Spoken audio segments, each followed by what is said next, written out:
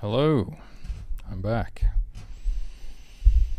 Do a little bit of late night. I don't know if I call it late night, but let's do a little bit more GodSIM game dev for the evening.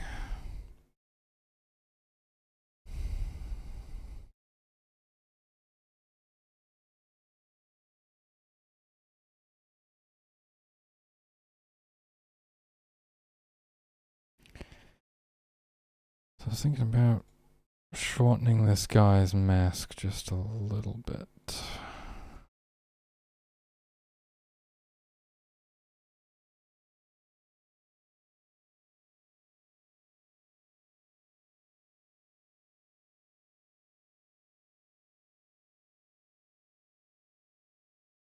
Just like 1 pixel.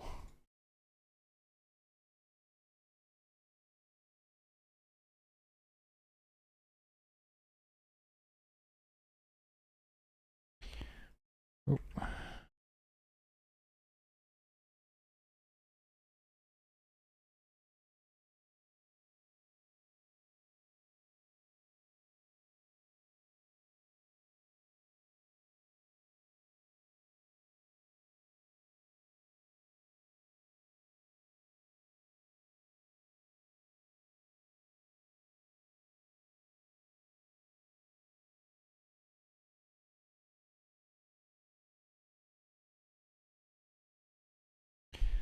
Yeah, I think it's kind of good actually.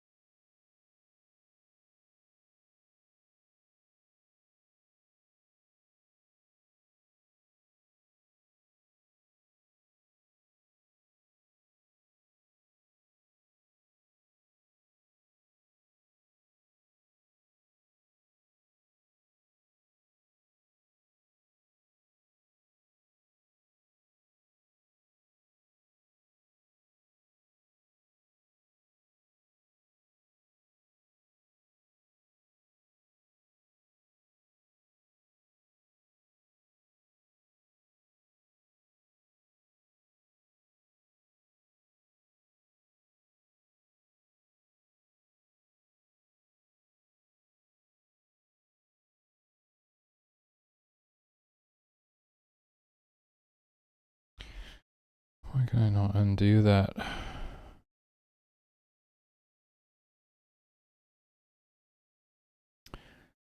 Like his nostrils look a little bit weird, but not sure there's anything I can do about that.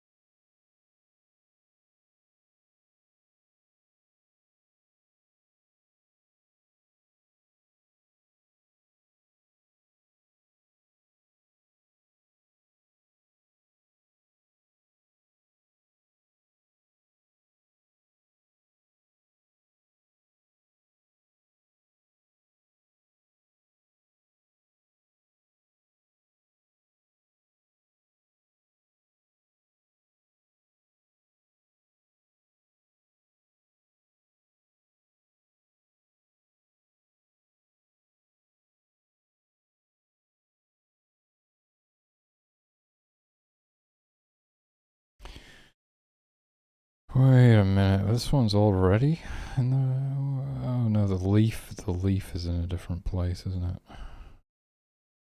Maybe like that.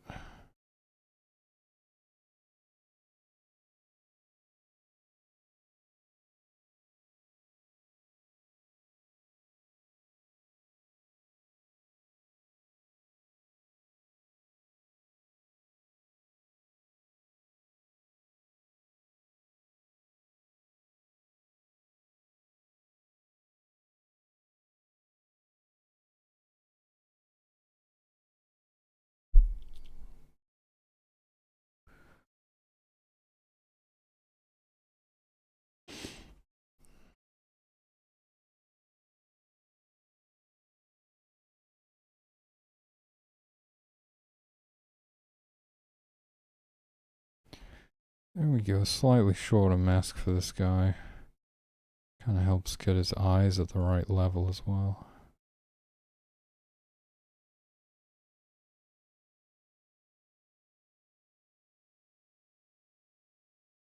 Although these ones are still a bit questionable.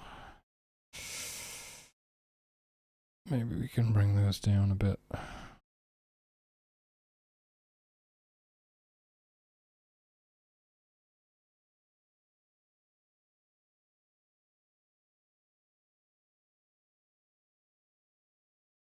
Hey, Cartoon Craze, how's it going?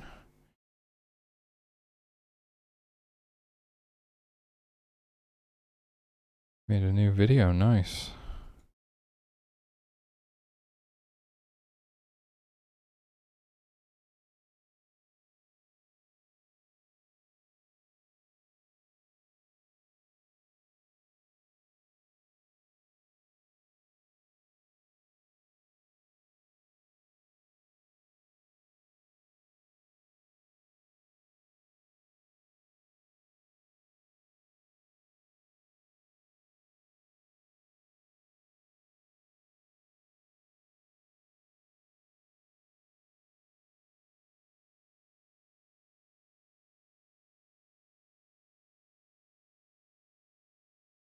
Oh yeah, you definitely gotta bring those eyes down.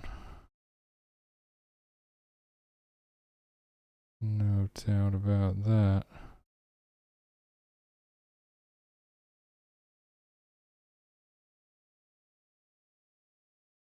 Jeez, so why are his eyes so freaking high up? What's going on?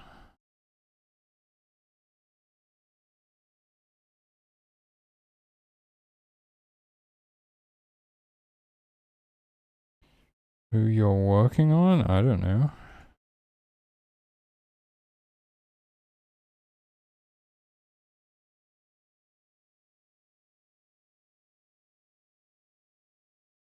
What the hell happened with this guy's eyes here? There we go.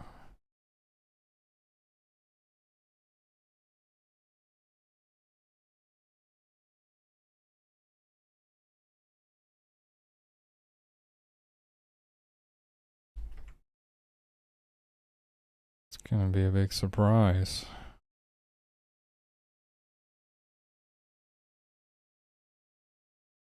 Is it Ranger from Quake?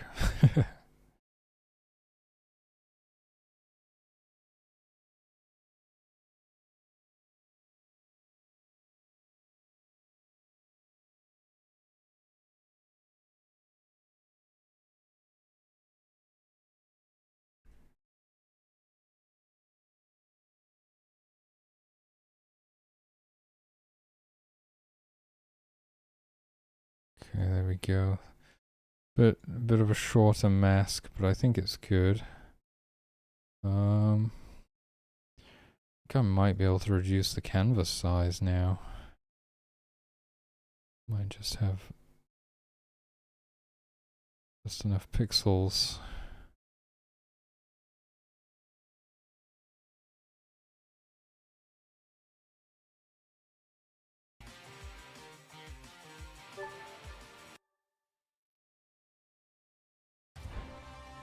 Clifford the Big Red Dog? Emily Elizabeth Howard from Clifford the Big Red Dog.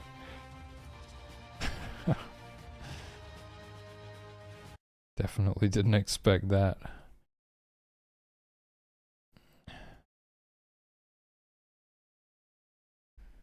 Volume seems maybe a little bit quiet.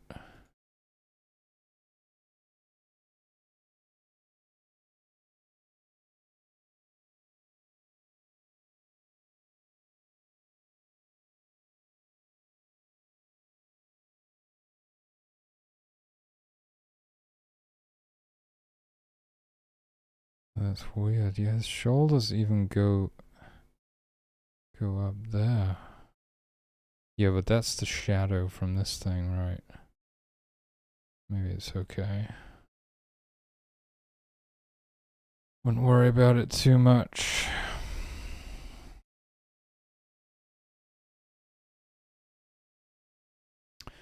Yeah, his ears just disappear in this frame. I don't know if we should give him ears or not. I thought they looked kind of goofy, but then again, we did give him a butt crack, so he's pretty goofy looking. Yeah, he looks like a goddamn Ferengi with these ears.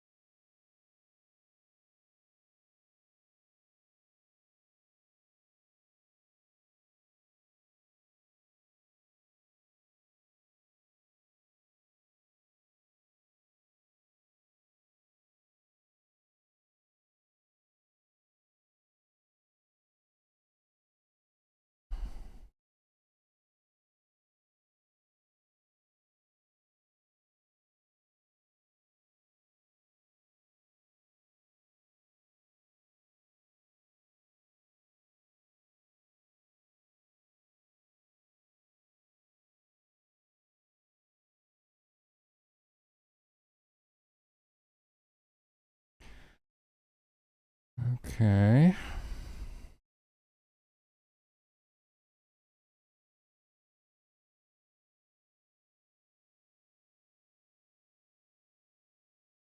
Huh. Oh.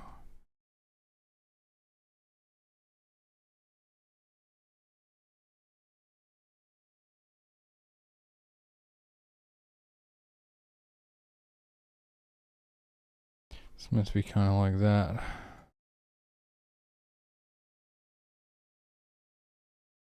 Pretty sure.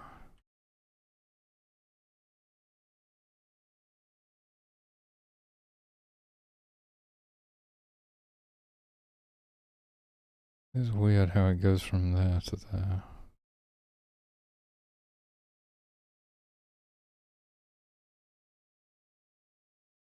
Doesn't really make any sense, does it?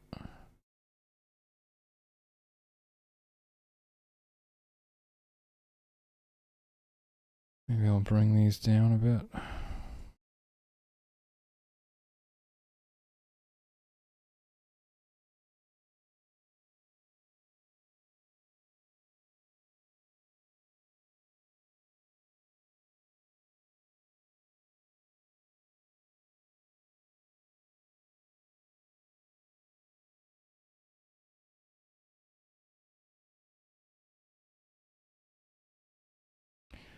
What the hell is going on? Is my mouse broken? Oh shit. GameMaker just crashed. That was weird. Hopefully I didn't lose too much.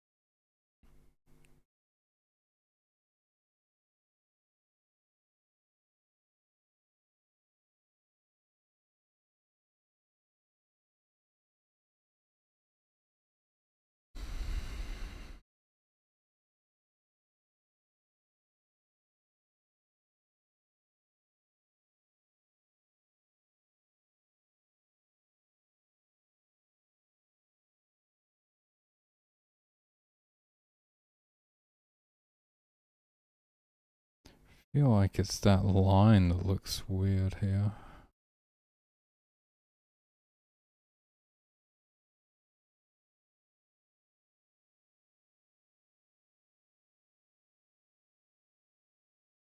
Yeah, makes sense for this one. We need it, but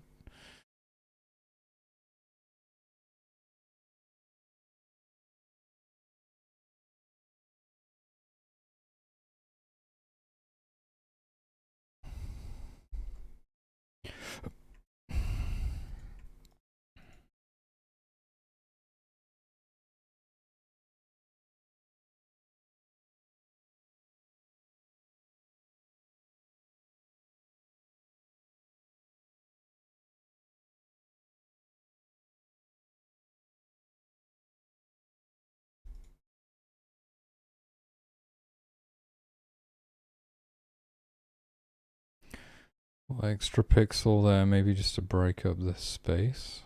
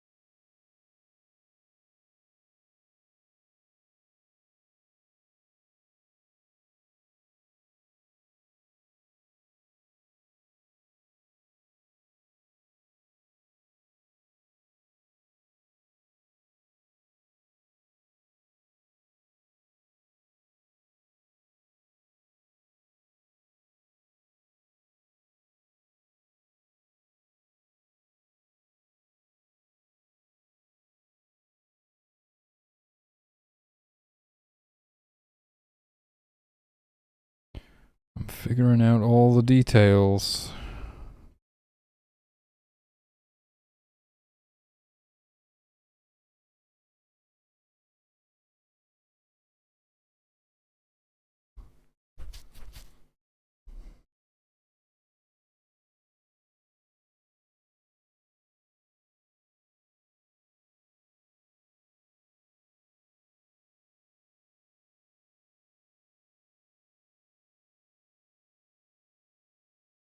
There we go. So a little carpenter dude.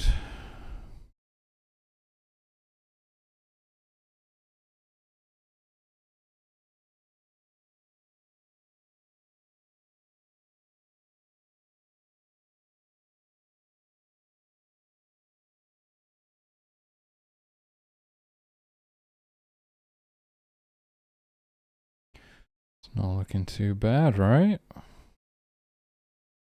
I'd say it's pretty good.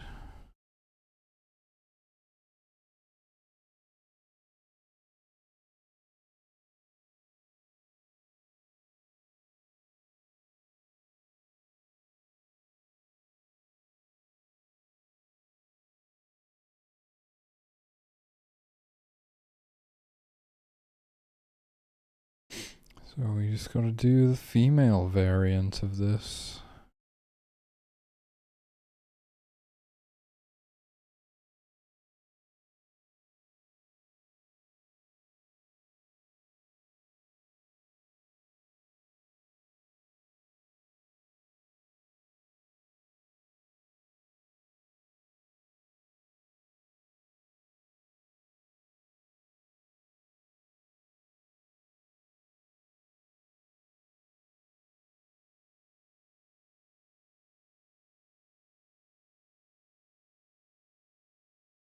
Works pretty good, I would say. Let's take another look at it in game alongside some of the other sprites.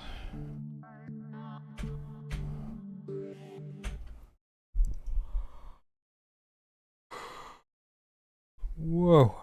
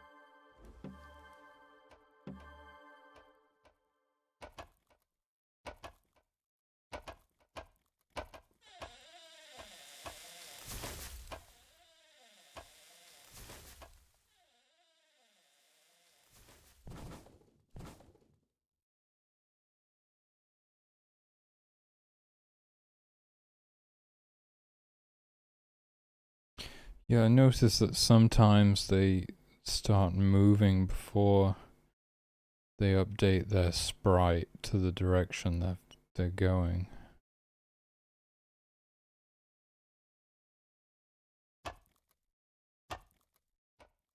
I did give them a thing where it's like they can only update their sprite if they're on a path.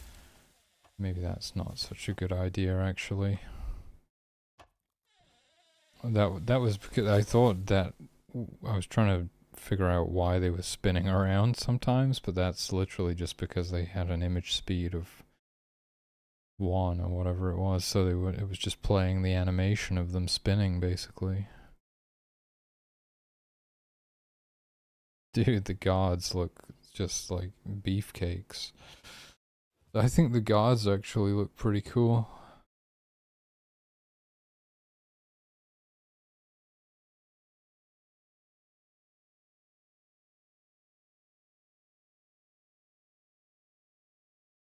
Oh, you know, I didn't give them the little reflection on their shiny bald head. I gave everyone else one. Yeah, I should do that.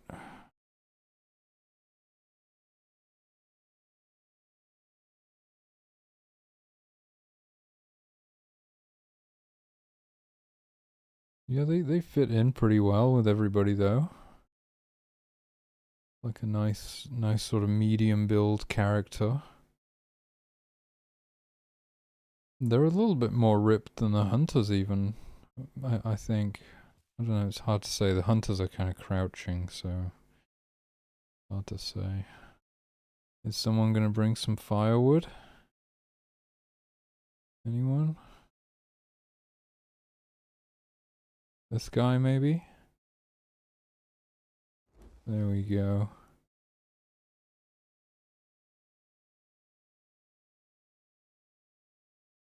Yeah, that was a whole thing to make the fire slowly burn down, and like it gets dimmer and there's less particles. You know, it's the campfire looks huge now that I've started making these human sprites. But I guess it would be a pretty big fire. It's, you know, it's for the whole camp to use, so.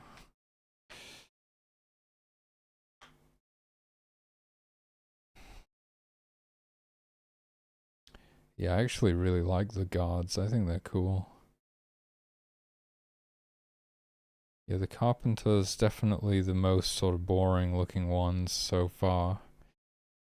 The most plain looking, but I think that's okay because, you know, they're carpenters. They're pretty chill guys.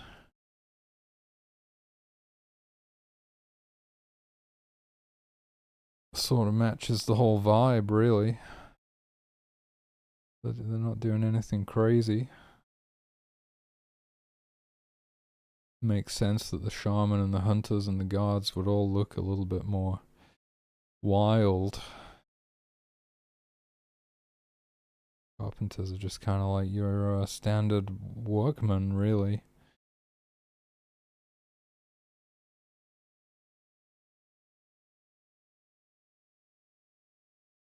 Yeah, maybe I'll just remove that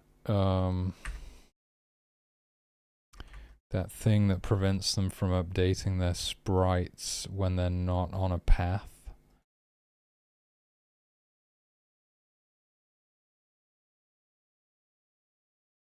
Yeah, I don't want to use any of the gifts that don't have sprites yet. It's just, I don't like how it looks, the old placeholders. Yeah, because it's like you have to be on a path in order to update your sprite, whereas if I remove that, then you can just update your sprite anytime. Maybe that has something to do with it, I'm not sure. Load game. Oh yeah, it doesn't, oh,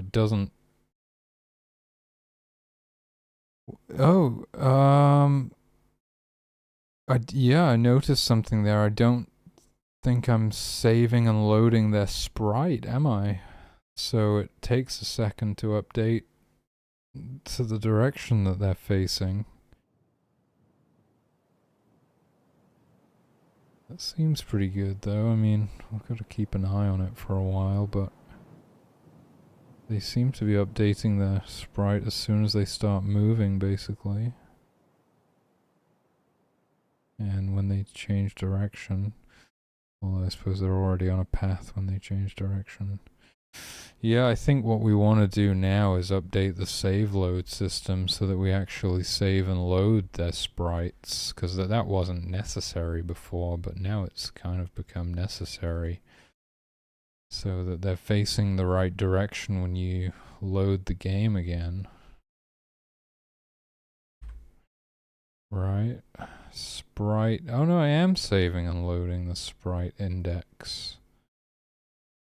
Huh. Okay. And their image speed, apparently. That's weird. I guess what's actually happening is that I'm not saving and loading the path. So when you load the game, they have to like recalculate all of their pathing and stuff.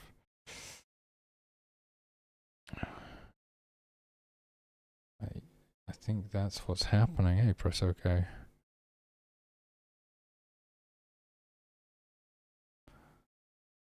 I think that's what I'm doing. I think I'm saving the sprite index for most things. God knows why, because there's no need to like save the sprite of a log. It's just a log. So a little bit of unnecessary save data there. But yeah, I think, well, I'm not really sure. Oh, you know what I'm not doing? I'm not saving their direction. That's why, I guess. I mean,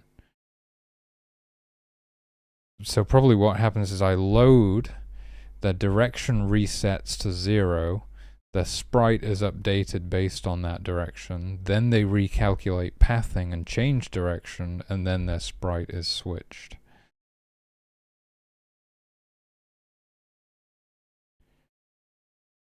Last sprite is not saved or loaded at all. Interesting. Yeah, it doesn't really make sense to save that, so I can see that. But I believe we do want to save and load direction. So, yeah. Oops. Go into my load script. Load code. I've not even smoked any weed today, but my mouth is all like numbed out. I freaking love that feeling, dude. There's something wrong with me.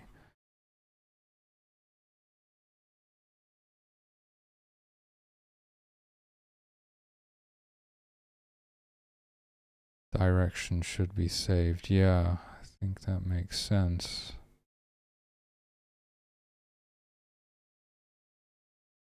Why does my mouth feel like that?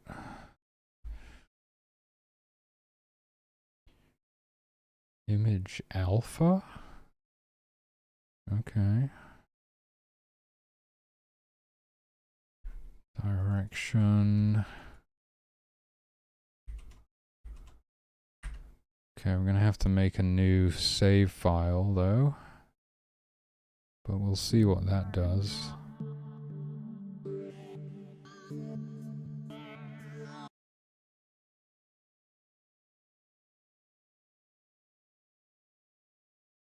Yeah, I'm taking a little bit of a tolerance break, I guess, mainly just because I just want to, I don't want to fuck up my sleep, because I just feel so much better when I get good sleep.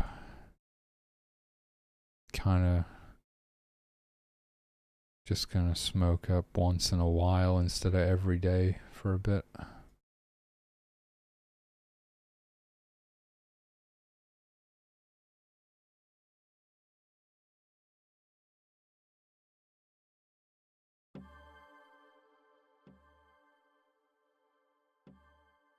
I'll just make all male carpenters because I don't have a female version yet.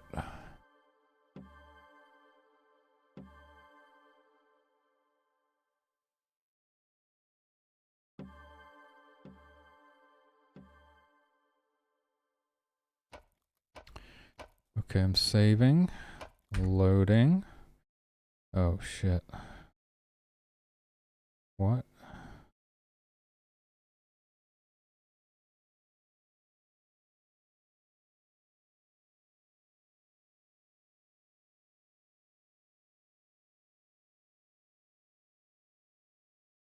Direction is a built-in variable. How would it not be set before reading it? Direction equals load entity. Load code line 1724. Yeah, this line. Load entity dot direction.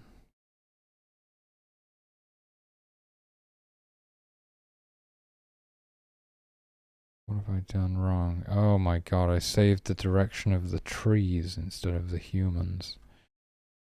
That doesn't make sense.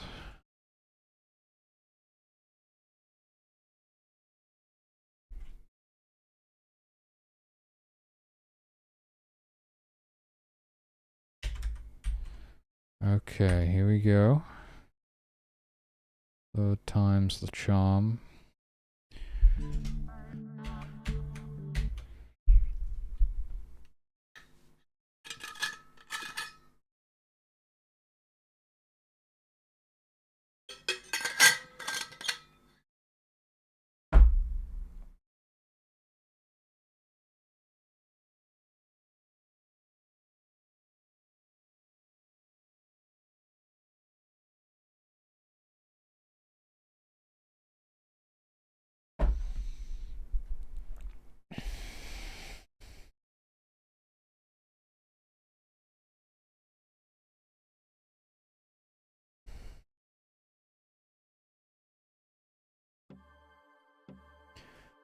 I've got to turn the sound effects up again now, because they're like, now that it actually works properly, they're all super quiet. The weather sounds are still pretty crazy.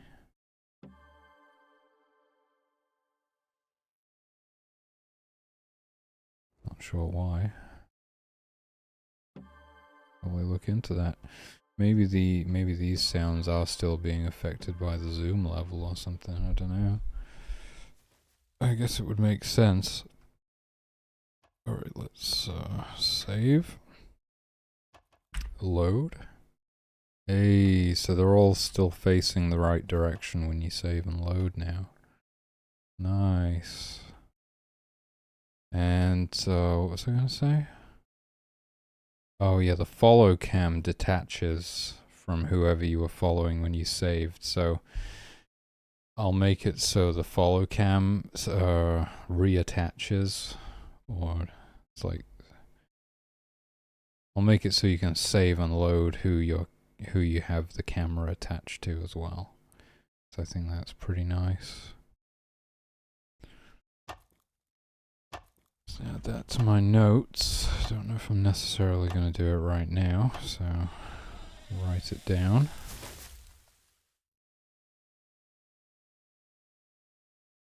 Save / load follow cam.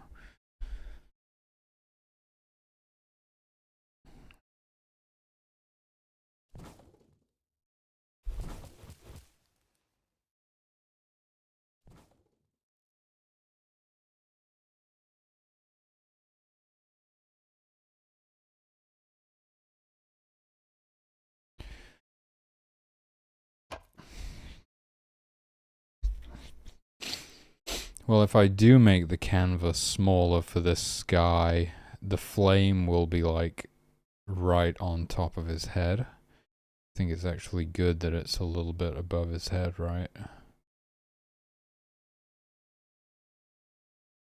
That's an easy way for me to do that. It's just with a taller canvas that has a bit of a gap at the top.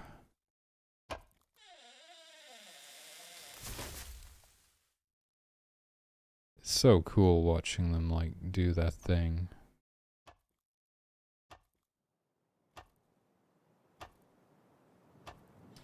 And I think having graphics is hopefully we're gonna hook people in, you know, because there's a lot of cool behavior and autonomy there. But unless it's got cool graphics, nobody's gonna stick around to find out about any of it.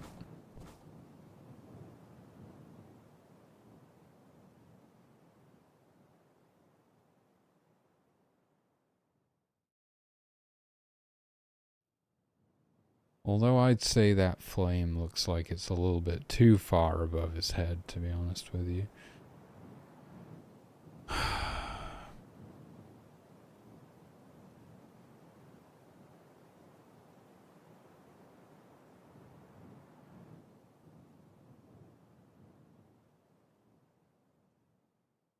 It's not a big deal. We can tweak all that stuff.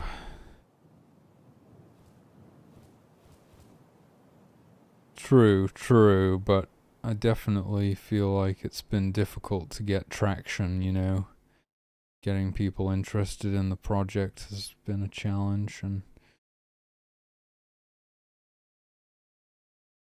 I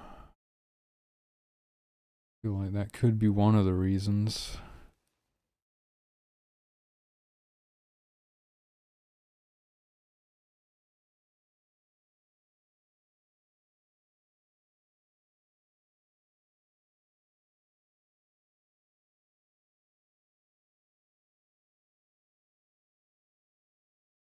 Or maybe.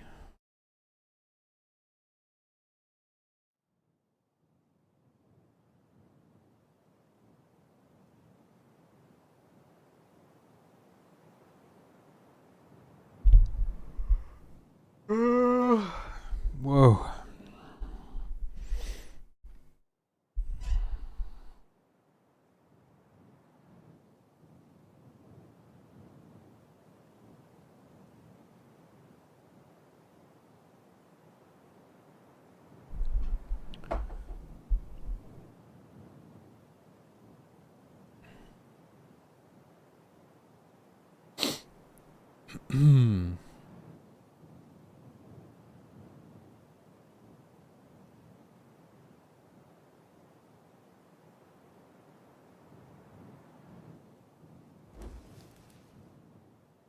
Yeah, it's going to be really cool once we have all the different sprites for all the different humans. It's going to start to really look like a tribe.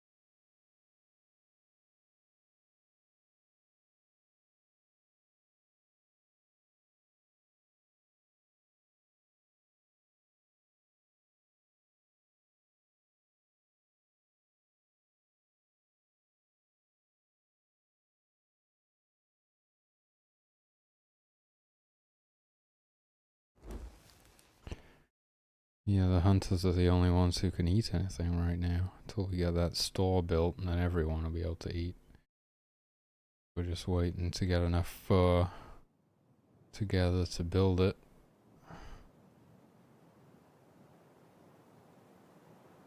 Yeah, so I was thinking it doesn't entirely have they always all gone to get water at the same time? Yeah. Yeah, I've thought about like exertion level, and you get thirsty and hungry faster depending on how, and that would like vary it up a little bit depending on what they're doing. But they all have the exact same rate of hunger and thirst decay, so it's just that, you know, once they get the store built and they have some water in the store, they don't have to go as far. And they will get well, it'll wind up like lining up anyway after the first night, because they all have breakfast at the same time, right? I can't remember how I do it. I think like when they wake up in the morning, I reset their hunger and thirst to 0 or something, because I like it when they're all sort of in sync and they all eat breakfast at the same time and stuff, because it kind of makes sense, right?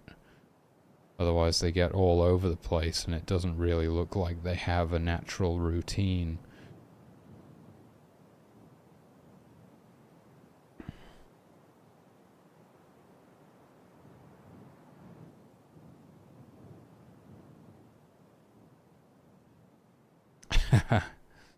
Yeah, I know what you mean. I have a problem with eating too late as well. I'm trying to fix it. I at least eat the lightest meal of the day last, so hopefully it doesn't affect my sleep too much, but I still wind up eating nearly midnight or something. I don't know how people do it, man.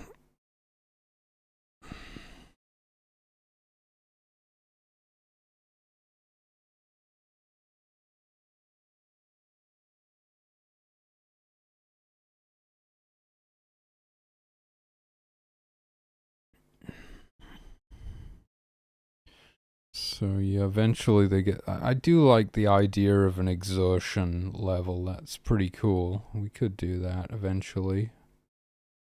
Gotta be careful though. I mean, it can't change it too much, because it's all kind of delicately balanced, right? Mainly for sort of the pacing and just so they can do stuff, right? Because if they get hungry and thirsty too quickly, then they're not going to be able to do anything. Like, their actions are constantly going to be interrupted by their needs. So it's all quite delicately balanced, but it would be cool if it varied it slightly, right? Oh, looks like they can start building this one now.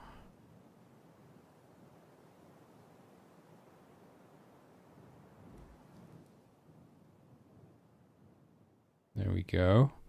We don't have any water bearers anyway, because I haven't done the sprites for them yet, but ordinarily we'd have some water bearers bringing water and storing it. I don't know if I'm ever going to do the inventory overhaul and make like a proper inventory system. If I wanted individual items to have like a decay timer associated with them, I would have to, right? And it kind of makes sense for meat and other perishables to have some sort of a decay timer. What was quite a nice change was to make them stop hunting and gathering when they have enough food in the store, because they would just hunt forever, you know. And it's like, why are you still hunting if there's like thousands of meat in the store? There's just mountains of the stuff, you know. So it added to their sort of natural behavior. It's like, oh, we have plenty of food, we don't need to do anything, we can just sit around and enjoy ourselves or whatever, relax. That was quite a good one for making them seem more human. And sheltering from the rain was a pretty big one as well. Like, you have enough tents, they all run inside when it starts raining.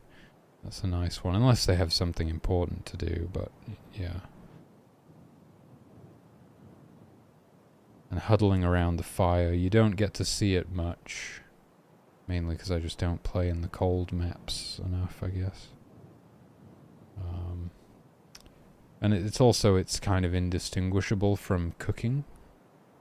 You can't really tell why they're going to the fire. Are they there to cook, or are they there to get warm? It just looks the same. So I think eventually I could do something like tint the sprite blue when they get cold. You know, add a little chilly particle effect or something maybe, so you actually know what's going on. It would be good to have the visual feedback for their body temperature, right? Steam coming out of their ears if they get too hot, you know. Something like that.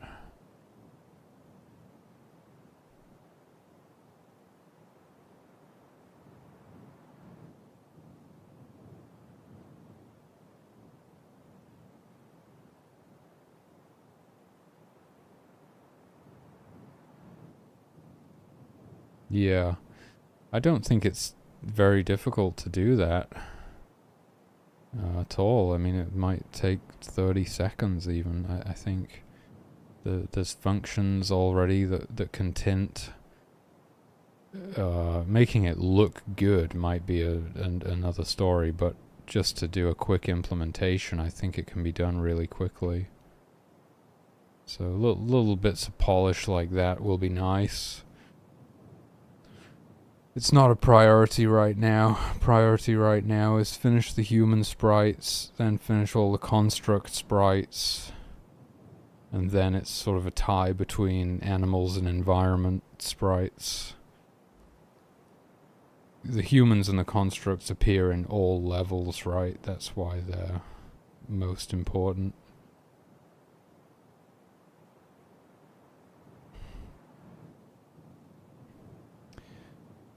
I don't know. That one's that's always just been one of those things where it's just polish really at the end of the day, and that stuff always waits till last.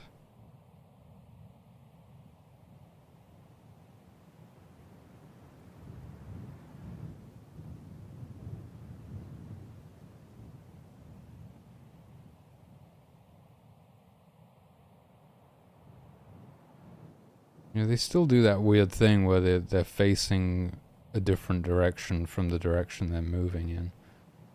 I don't know what that's all about, really.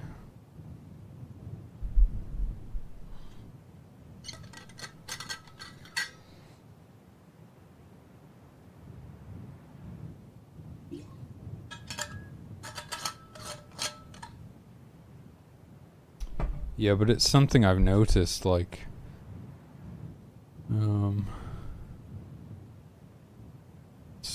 some other like indie game dev streamers have like really popular streams, tons of viewers and stuff, and it's because they do like the art first.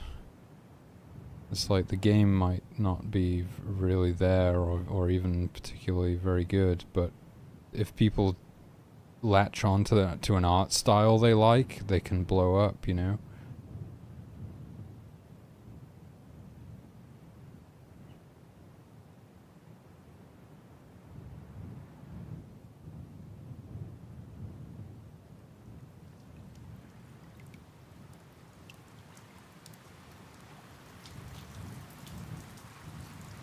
But hey, I'm glad that I've done it right and I've left all the polishing to the end, because it's just like the icing on the cake now. There's a really solid game there, and now we just get to like spice it up, you know?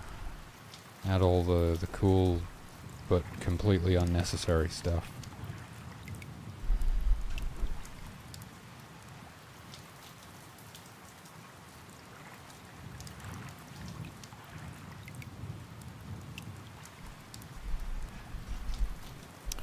Yeah, I just can't wait. I can't wait to have. That's really motivating me to keep going with these sprites. Just, it's gonna look so cool by the time they're all done.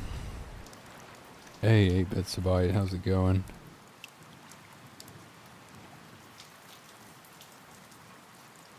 Yeah, it definitely slows down development to like polish early, but if it helps with your sanity or your workflow or just keeping motivated, then I mean that makes sense, right? You're never going to finish the game if you're not inspired to keep working on it or whatever, so I do get that. I've done a couple of play tests. You know, it took like 2.5 years to get to a point where it was playable, you know. It was a glorified screensaver for the first 2.5 years. You couldn't do anything. You could just watch it.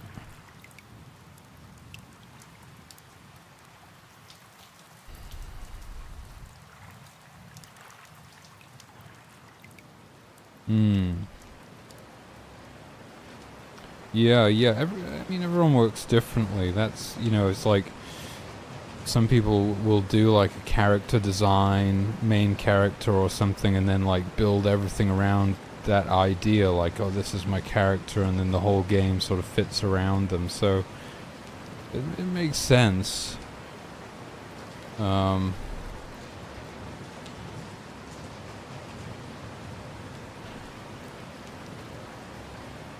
But I think, you know, it's like, yeah, it's not always easy, but if you can save the polishing for last, then I definitely recommend it, especially if it's a really ambitious project like a simulation, because there's just so much to do. If I would, like, you know, if I was doing the art as well the whole way along, we wouldn't have half of this stuff in here. I mean, the plan was that I was never going to do the art myself. I was going to try and get somebody on the team, right? Who knows what they're doing. But I got to a point where I actually kind of wanted to do it myself, so I am.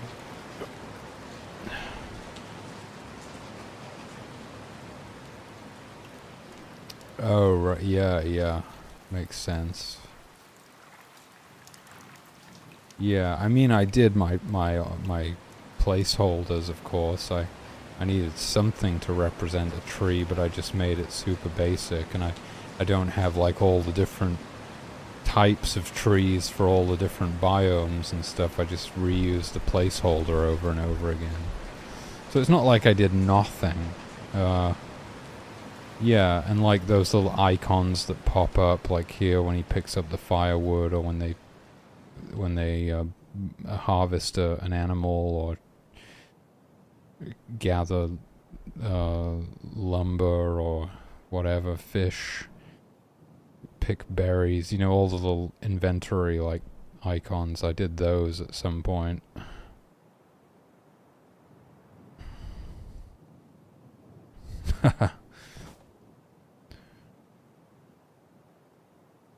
Yeah, you'd have to pay me for that, and I'm not paying.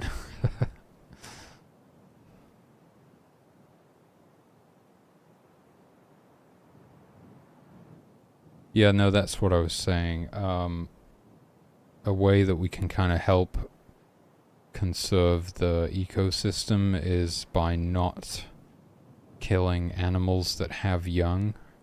So we could make it so the hunters won't kill like the deer when they have their fawns and stuff like that, and that will help the next generation go on to survive. And it makes sense, you know, that's like realistic as well, because people don't do that. They wait until the animals are of the appropriate age to harvest them.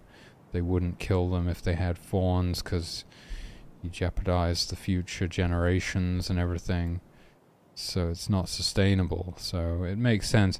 The only thing is, like, it's not, I don't think it's set up to where it can just work easily, because deer have this behavior where they hide their fawns somewhere, and then they'll go wandering off, and they'll leave them hidden, and then come back to them every now and again to feed them and stuff, and move them to a new hiding spot.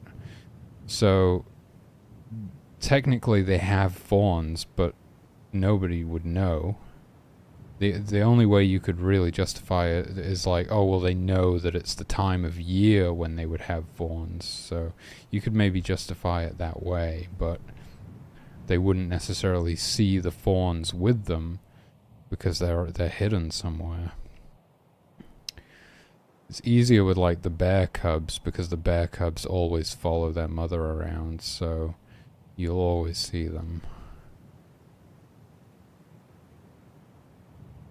But yeah, I mean, that's certainly one thing, because it definitely helped when I told them to like stop hunting once they have enough food in the store and stuff, because they would just hunt everything into extinction before. But it's another way that we can help the ecosystem, because they still tend to hunt everything into extinction. Is because the fawns can't survive like without their mothers before a certain age, when they've like gained independence, and I can't remember when all that is, but it's like different for all the different animals. It's hard to remember. I researched it all though, and it's all kind of based on real world stuff.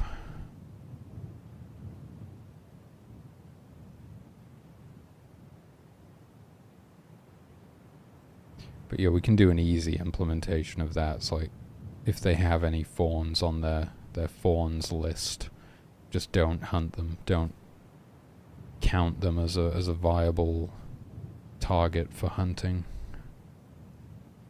And that should help. That should help things.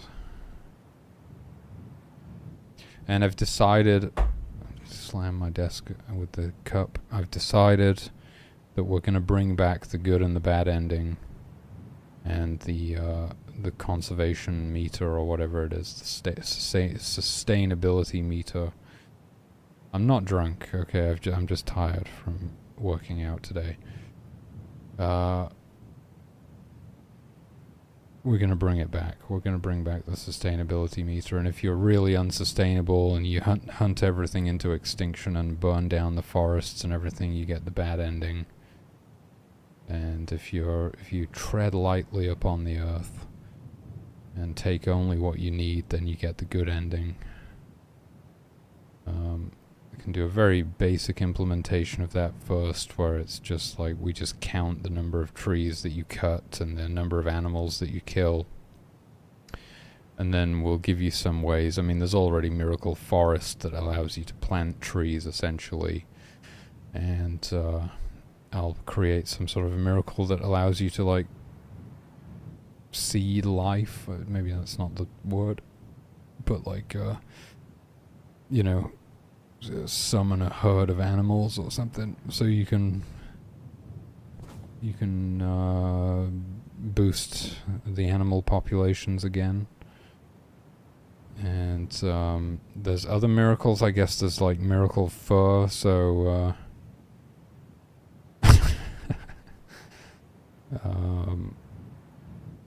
there's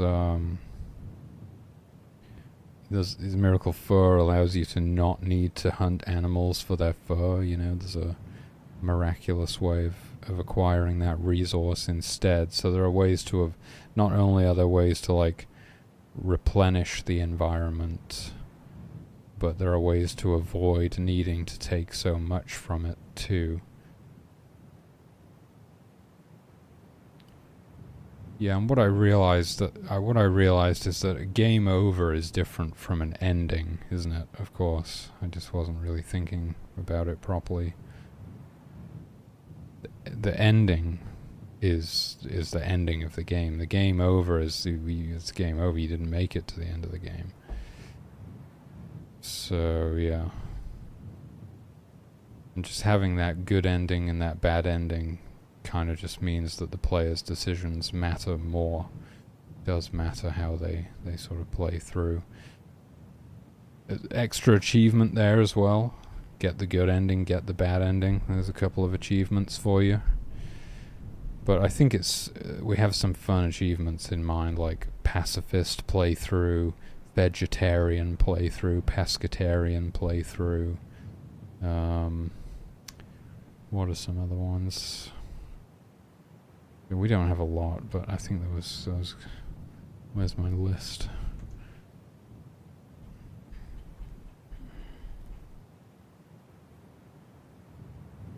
Nomad, beat the game without building any tents.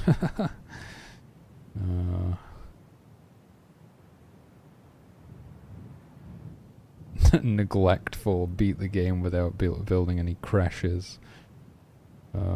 God mode, beat the game without losing a single follower. You know, we got some silly ones like sleep with the fishes, just drop a human in the ocean. Human sacrifice, drop a human into an active volcano. There are no volcanoes in the game yet. It's just, maybe there will be one day.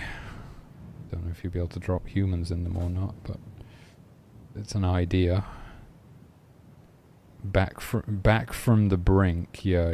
Resurrect a fallen human on the game over screen.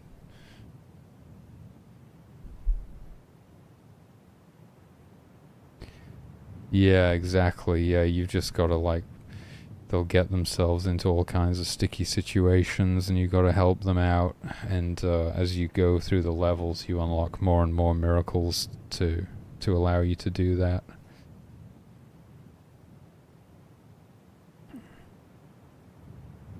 Yeah, yeah. So it's like micromanaging the tribe, responding to disasters, resurrecting fallen humans, uh, keeping tabs on resources and things. The progression is like unlocking the new miracles and advancing through the levels. And then there'll be this like balance thing where it's like trying to live in harmony with the ecosystem so that you get the good ending. That's basically it. Yeah. It all started to come together once we got the level progression in there.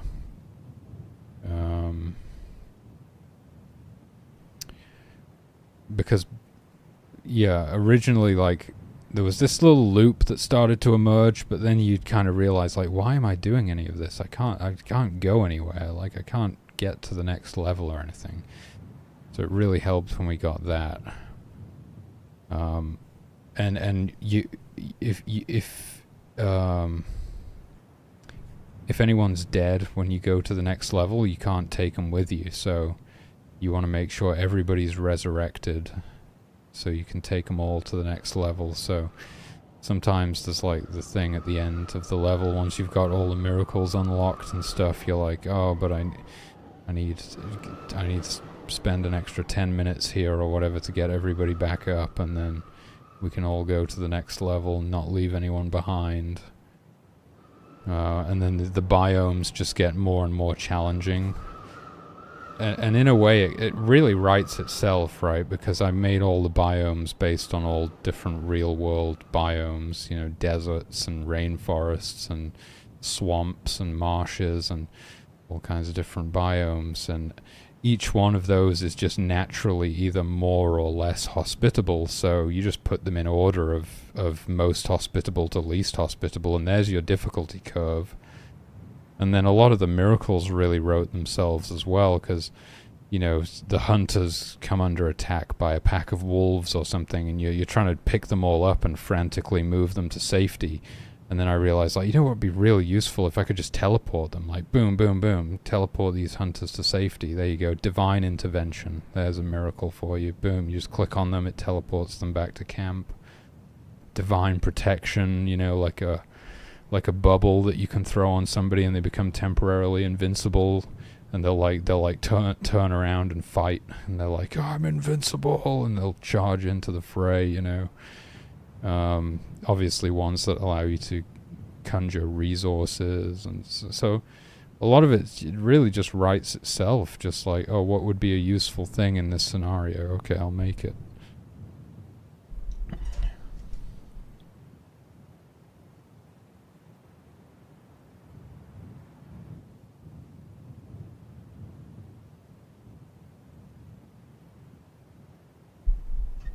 And then I'm thinking the final level of the game, like if you get the good ending, will be like heaven essentially, right? The promised land. You've made it to the promised land. And there we'll have teleporters that allow you to go, portals that allow you to go back to any of the previous levels if you want to. But in the final level, like the last miracle will be rapture, you know? So you get the good ending, and you can go back to any level that you want, and at any time you can rapture the whole tribe back to heaven. So it's kind of funny, like, there's this paradise world where there's no death and like unlimited resources and everything, and you have the ultimate freedom to travel to anywhere that you want and recall everybody to heaven whenever you want. So I think that's a nice sort of ending.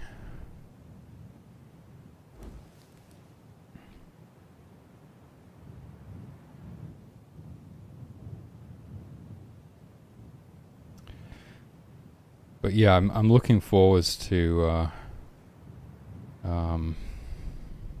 doing more playtesting once we get like the once everything's finished, you know, and there are the endings and everything. I look forward to playtesting it like normally, and then seeing what the speedrun is like, and then seeing what like some of the different achievement playthroughs are like and stuff. Because I'm obviously going to have to playtest it all myself, unless I can find playtesters. I can probably find some playtesters, but I'll still do it. I'll still want to test it all myself anyway. So quite looking forward to that. Yeah, because it takes a while, like...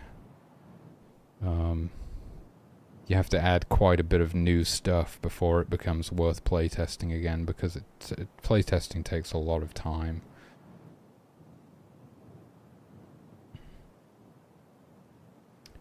Plus there just needs to be enough new stuff to make it worth doing a playtest.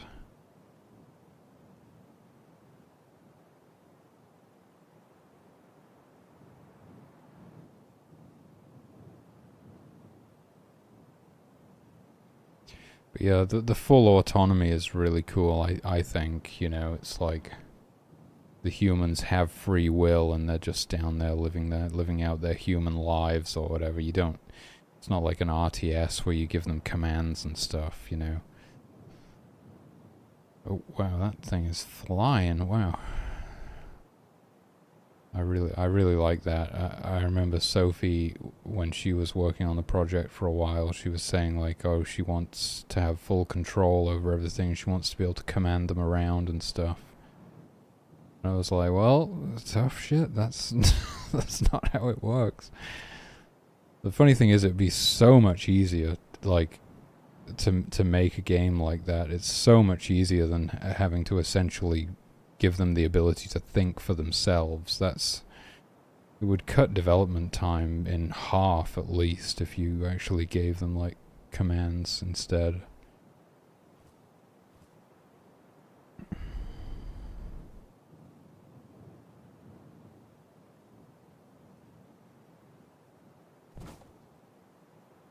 Okay, yeah. Playtesting specific features, yeah.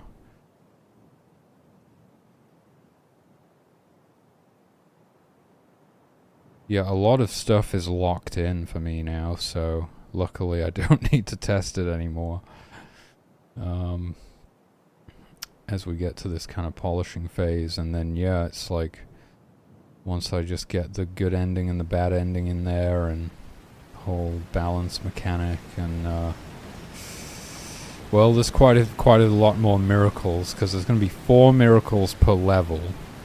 And 9 levels, I think.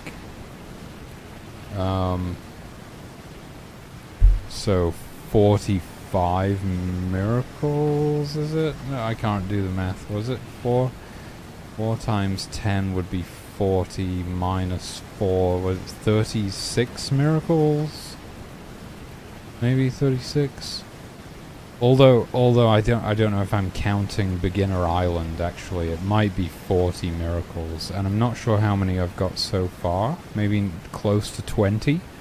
So I almost have half of them, but I've still got to think of like the other half of the miracles that you'll unlock as you advance through the levels. Yeah. But once I've got that stuff in there, then yeah, I'll be able to do like a full proper playthrough, you know. I've done a full playthrough a while back. It's on YouTube of all the existing content. So however many, like I think I had like 3 levels worth, 3 or 4 levels worth of miracles in there at that time. So I played through all 4 levels and unlocked everything. Things have changed a bit since then. That was back when the shrines contained miracles, expanded the sphere of influence, and opened the portal, but now I've separated those into 3 separate things. So shrines just contain miracles now, and we have something called portal stones and something called expansion stones, and you can imagine what they do.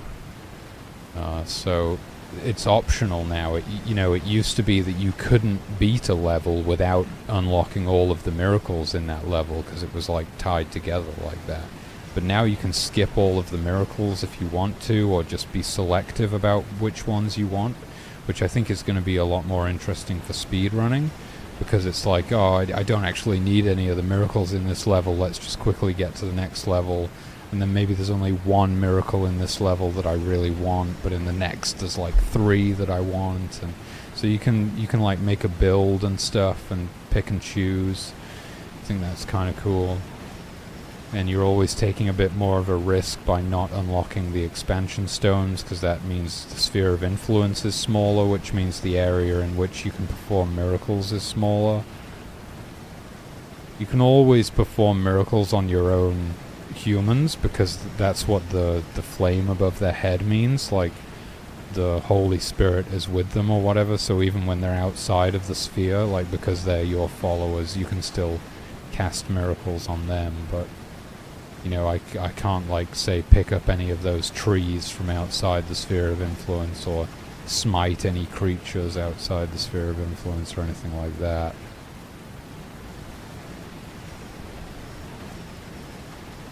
Oh yeah. The lightning will set things on fire. In the very rare scenario where the lightning strikes somebody or something, it will set on fire. Yeah, tent fires have become a lot less frequent now, because they used to light fires inside of the tents when it would get below a certain temperature, and there would be a very small chance, as long as there's a fire burning inside of a tent, for that tent to catch on fire. And then the water bearers, I gave them like a second role. Not only do they fetch drinking water, but they actually act as firefighters as well and extinguish the fires. But they no longer light those tents inside. Jesus Christ, I would hope they're not lighting the tents on fire intentionally. They no longer light those fires inside the tents. So the only way tents can catch fire at the moment is lightning strikes. And I may do like a big fire update eventually, where I make it so the fire can spread, because fire can't spread right now. But I might make it so that, you know, based on wind speed or something, it can leap from tree to tree and spread across the map, and potentially reach the tents or reach the camp or whatever. We'll see about that. I think it would be a good idea, but whether or not it can be like balanced and everything, we've got to be careful. We don't want everything just getting, like, you know, it needs to be manageable by the player. And everything is, if the fire just gets completely out of control, it could be pretty crazy. But as long as we can manage that, I think it would be not a nice feature. Obviously, you can just decide to set the tents on fire if you want to. I don't know why you would set your own tents on fire, but you can.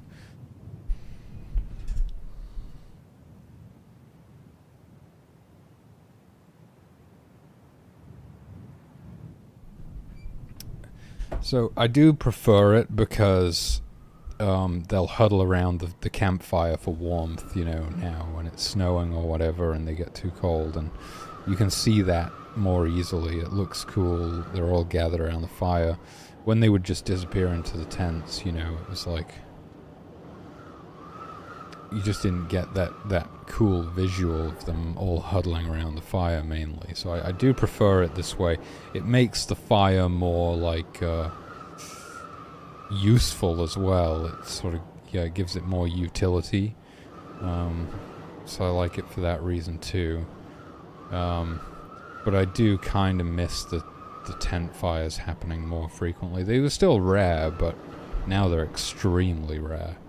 Because a lot of work went into making the tent fires and how the humans behave and try and extinguish the fires, and you know, if a tent catches on fire with people inside of it, well, it's not the only way, but yeah, generally there would be people inside. All of the humans that are in there catch on fire and they spill out of the tent and start running around like headless chickens, you know, and you gotta put them all out. You can drop them in the ocean to extinguish them and then pick them out again. Or if you have miracle water unlocked, you can just splash them with miracle water. I really like all that stuff. So it's just a shame that we don't see those as we don't see that happen as often anymore, but we'll figure it out. I mean, I've decided to take the game in a more fantastical direction at some point as well. I just thought that's so much cooler, and people will like that so much more. Rather than making it like more sort of real world based, because it's sort of based in the Stone Age, right? So originally the idea was just you sort of, you're like prehistoric creatures. Is that the word? Just like real world prehistoric creatures. But then I was like, oh well, this is kind of like a Stone Age. It's like an alternate universe Stone Age where God and magic are real, right? So why don't we have sort of more fantastical creatures? So we could possibly have some sort of fire-breathing creatures or something like that that can set things on fire. There's definitely some options there that we could explore. We'll see. Or maybe tent fires are just this super rare thing that only happens when lightning strikes a tent. Or if we add the spreading of fires when a fire spreads to a tent. I haven't added the spreading from human to human. That would happen in black and white, where it's like they would run into each other and transfer the fire to the next person. We could experiment with that at some point, but also that could get out of hand really quickly, with them all just catching each other on fire, and before you know it, everybody's on fire. It could be quite hard to manage that.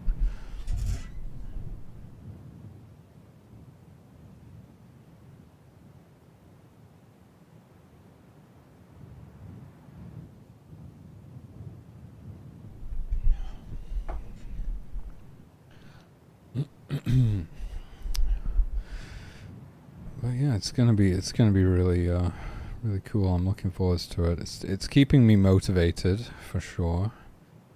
Although it has been a little bit frustrating at times trying to draw these sprites. But I'm sticking to it, sticking with it. We'll get there eventually.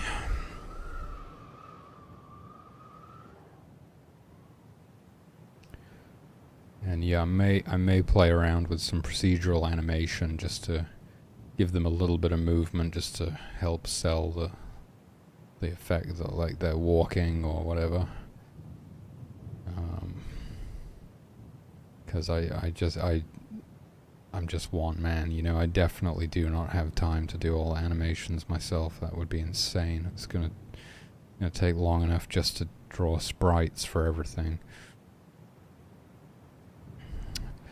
But yeah, my main goal, my like big overarching goal, is to finish everything that I need for the demo. I'm not sure how many levels that's going to contain. I'm just going to aim for 1 to start with, of course. But if I can get all of the... So it would be all of the art assets for the humans, the constructs, and at least 1 biome. And then the music for 1 biome. And all of the sound effects for 1 biome. Oh, did I say creatures? That falls under the art assets, of course. The environmental art, the creatures, the humans, the constructs. We do have some music for... We have music for 3 of the levels, I'd say. And the main menu as well, the main theme, which is probably the best track in the game right now. It's really good. But I'm not sure any of that stuff is actually going to survive until the final version. I don't have any audio software right now. I don't have a DAW or anything, so I'm not in a position to do the music myself at the minute. Plus, I'm doing the frickin' sprites at the minute, so I'm not going to be doing both at the same time. That's for sure. But we'll see. Maybe I can get someone on the team, or... Like, I think as the project comes together more and more, that definitely increases the chances of some charitable person deciding to lend a hand with something. it's unfortunate because even when trying to collaborate with other people, like, the lack of graphics has been a huge turn off for most. Most people just don't have the patience to like stick around and discover all of the inner workings of all the systems and the intricacies and the depth to the simulation and everything. They just see like, oh, it's just a bunch of cubes. Oh, fuck this, you know, like they just don't care. So I've spoken to numerous different artists and musicians and people, and most of them just bounce right off of the project because it just looks like shit as far as they're concerned, basically.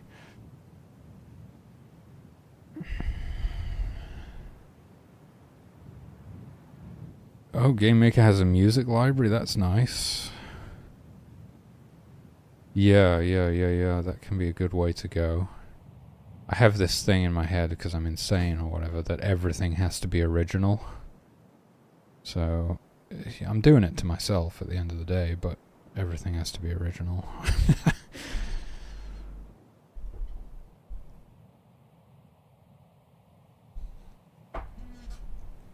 I mean, I do have a little bit of musical talent, so I could get some.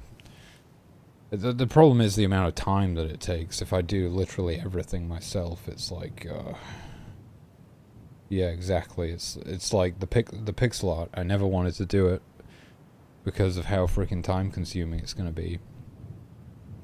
We're looking at least a year for me to produce all of the art assets, which is that's just a year added on to development right there.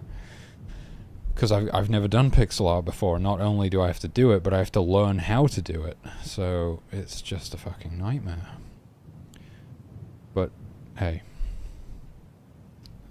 I wanted to do it. That's why I'm doing it. If I didn't feel that way, what I would have been doing right now would have been approaching publishers to try and get funding in order to hire people or possibly secure some talent as part of a publishing deal. I would have gone down that route. But honestly, I just felt like doing it. I wanted this switch. I was having a bit of a left brain, right brain switch, or whatever you call that. And I wanted to step away from all the logic and math and the coding side of things and do something a bit more intuitive, a bit more feeling based, a little bit more artsy. And the art is giving me an opportunity to do that. So yeah, I'm pretty happy, because that's naturally kind of the shift that I was experiencing personally, of going from that kind of mind-based thing into like the more sort of feeling-based thing, which has always been a real challenge for me. So it's part of why I like music and drumming, because I can challenge myself with that, because it's all feeling, right? And I'm a logical person who needs structure and stuff. So as soon as it's just like being thrown into the void, you know, when it's like, oh my god, there's nothing to cling on to. This is all just feeling, and the rules only exist to be broken. It's it's absolutely insane. So I think it's good for me to force myself to do that, get out of my comfort zone, you know, as they say, and do that stuff.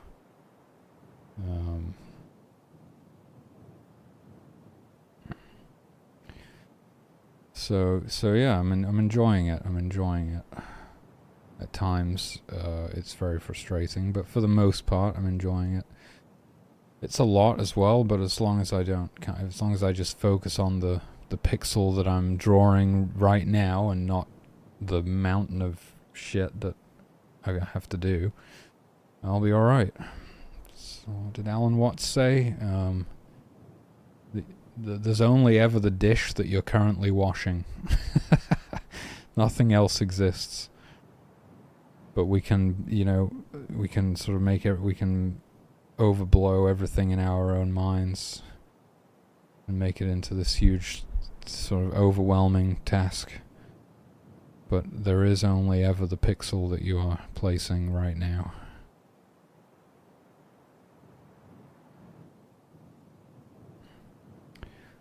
So yeah, just keep showing up every day and drawing those pixels. That's all it takes.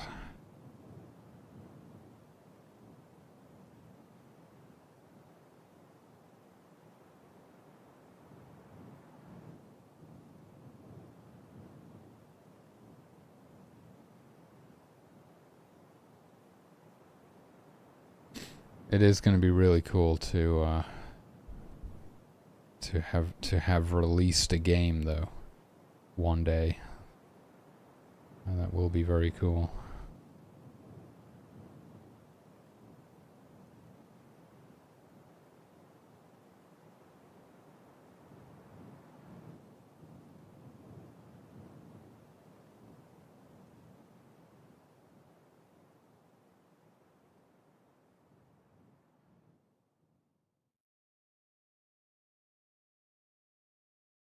What was that thing I was gonna do? See my notes here.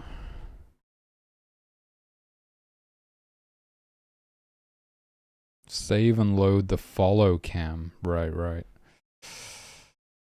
Yep.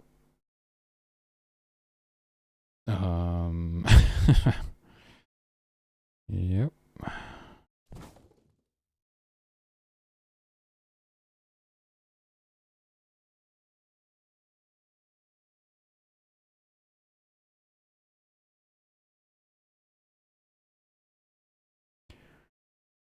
Okay, I guess what I would do is we have the ID of the instance that we're following, and that's what we use to follow it, right?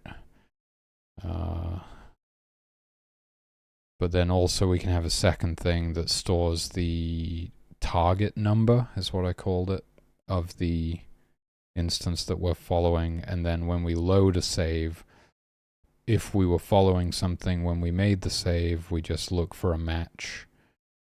And then when we find a match to the target number of the thing that we were following, we just follow that new instance. Fairly easy to implement. Not sure I'm going to do it right now because it's nearly 10 o'clock in the evening.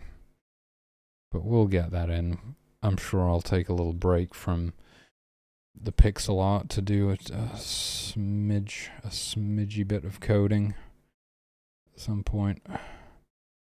Jesus, I gotta open the windows, dude. I've been sat here melting for like half an hour. I'm just gonna open the windows, get some air through.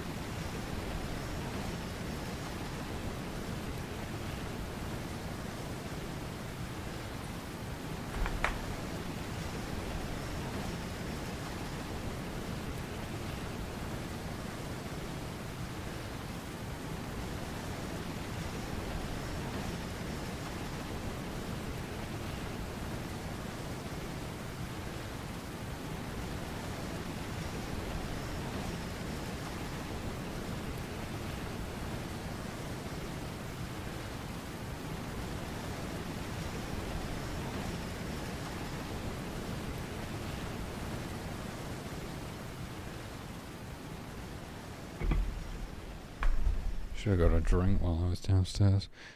But yeah, I would even, like, honestly, I would consider hiring Metronic back on the project to finish the sound effects. Like, probably just the sound effects for the demo at first, and then I'd see about maybe keeping him on for the rest of the game. But I love the work that he did. Honestly, these are all his sound effects. Everything that you're hearing in game right now, it's all the stuff that he did, and I just think he did a great job. I mean, I knew right away when I saw his portfolio, I was like, this is the man for the job here. This is phenomenal. And he really just knocked it out of the park. I would love to have him back on the team. But yeah, he won't work for free anymore. I think he's getting plenty of paid work these days. But I honestly, if I get like, if I'm getting most of the way there with the art and stuff, I would part with some cash just to get him back on the team. As long as we could negotiate something feasible.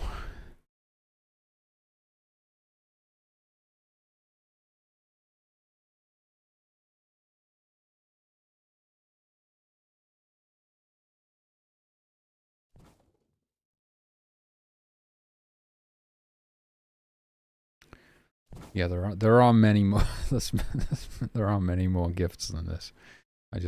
I won't use any of the gifts that don't have sprites now. I can't bring myself to do it. Those old placeholders are just hideous now.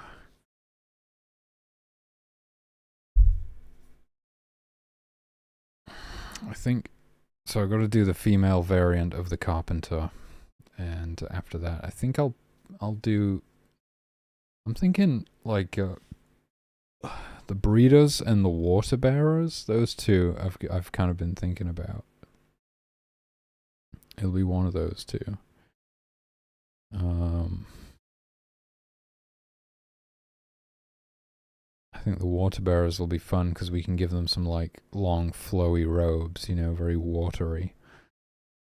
Maybe like a what would you call that? A pot on their head, carrying the water on their head. And the breeders, I mean, they're just gonna be really hot, basically. I think.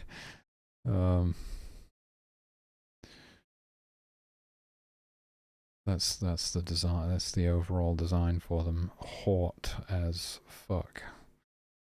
But so the breeders, they're all female.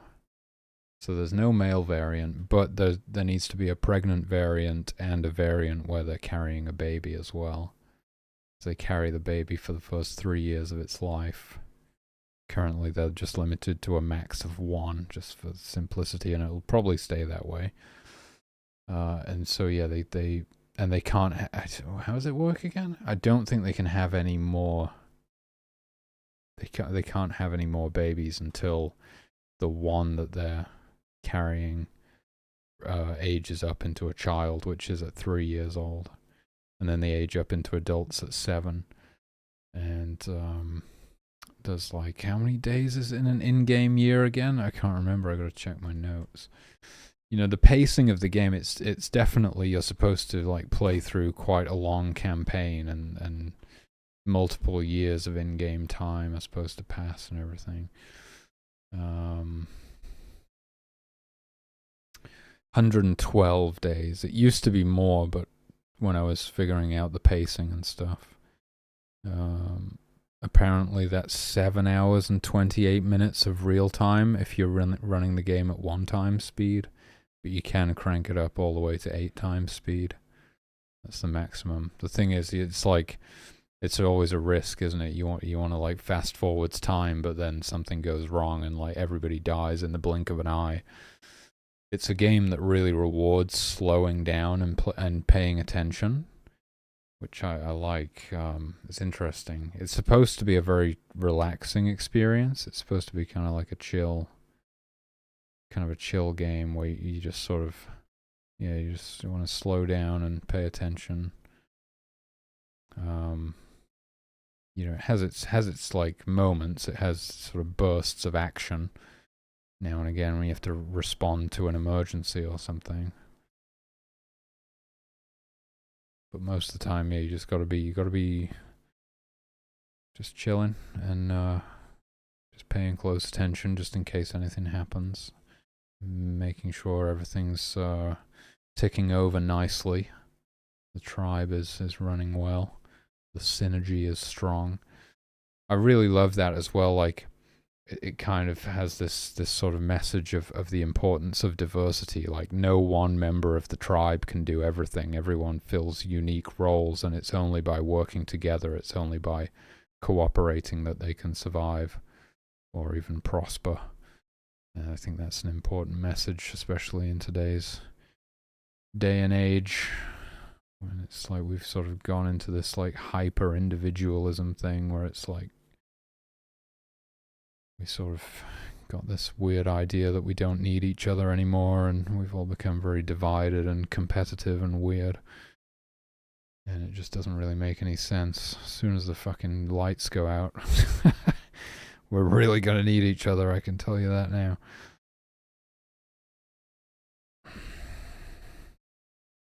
Even if the lights don't go out, we still absolutely need each other.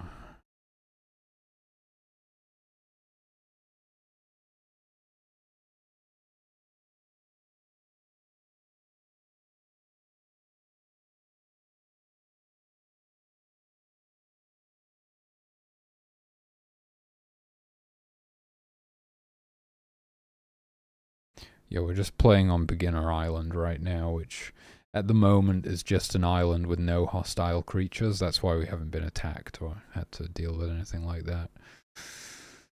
Eventually this island will house the tutorial.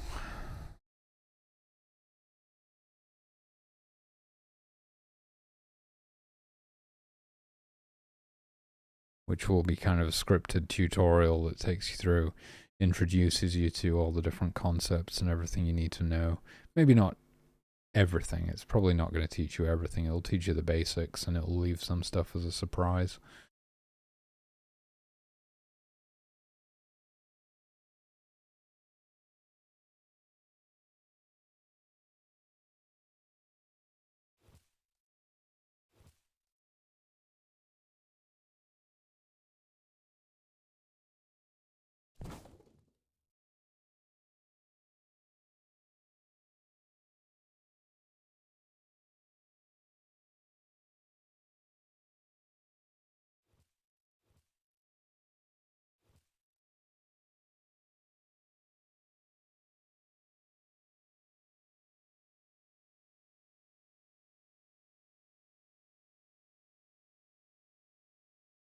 It maybe increase the size of that axe head slightly in this view.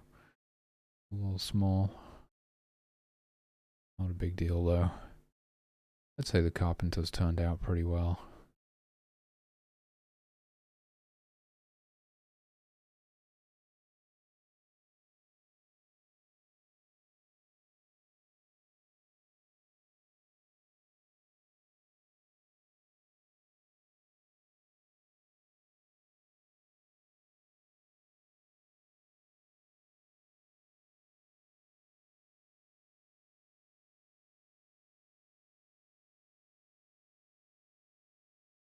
Yeah, there's going to be a lot of freaking animals to draw.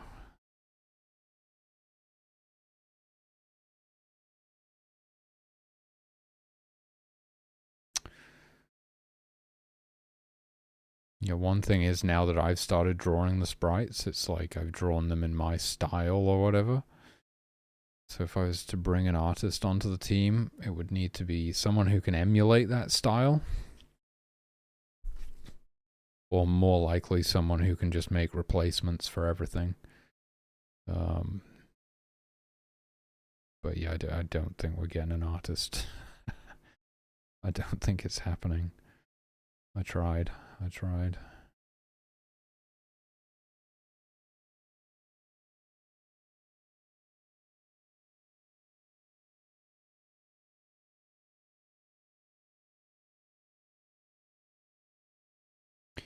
Yeah, what happens if you go to a publisher with like a finished game? I guess then it's kind of just like they're paying you for the rights to publish it. Because if the game's finished, it's not like they're paying you to finish it. I don't know. Once I have the demo though, and I get the Steam page up and like submit the demo to Next Fest or something. Once I've had the Steam page up for like a year and I've been accruing wish lists and things, that would be another really good time to think about approaching publishers. There'd probably still be like several biomes to finish and lots of creatures to draw and stuff. So yeah, just sure it's a little bit of money sure would make that process a little bit easier. So we'll see how I go. My goal right now is to sort of get as close to having the demo ready as I can. Main obstacles to that being, yeah, I've got to. It's being the music and the sound, because I'm doing the art now, so.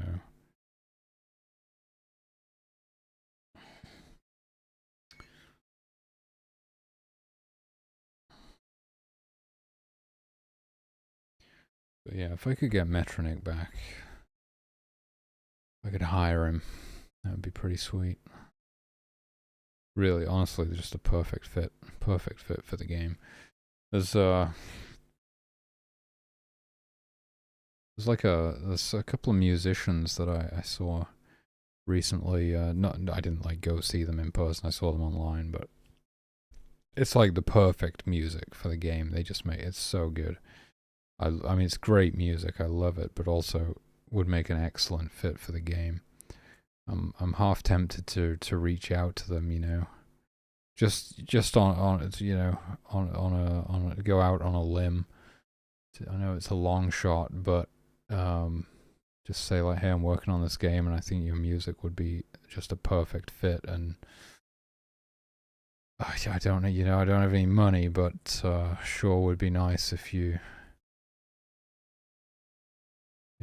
could help me out here and maybe make some music for the game. And who knows? You never know. They might just be feeling a combination of generous along with maybe liking the look of the project or something. You never know. Yeah, it's you know.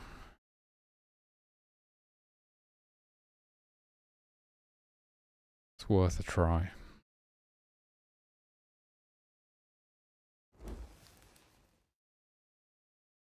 Or, if I did get a publishing deal and I had money to throw around, then I could just, you know, pitch them the game and hire them on if they're up for it.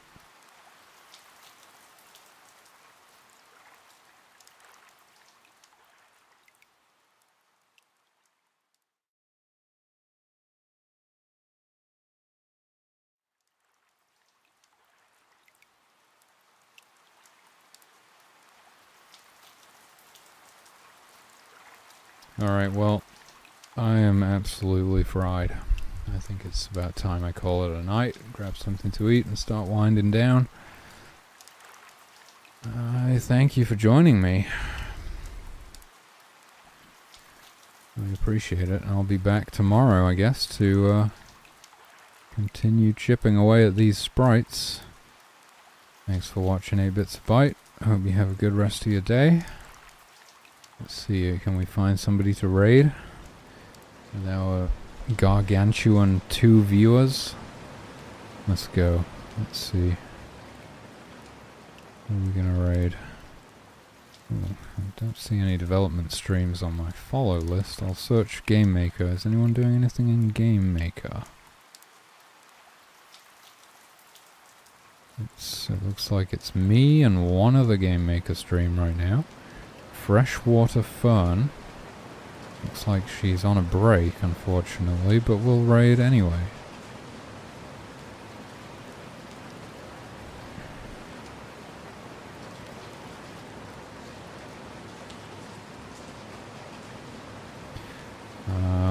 wrapping up. Oh, she just got back. Act 1. 5 years of game dev. Well, this sounds exciting. I don't know what she's making, but here we go. Let's find out. Thanks again, dudes. Take it easy, and I'll catch you in the next one. Peace out.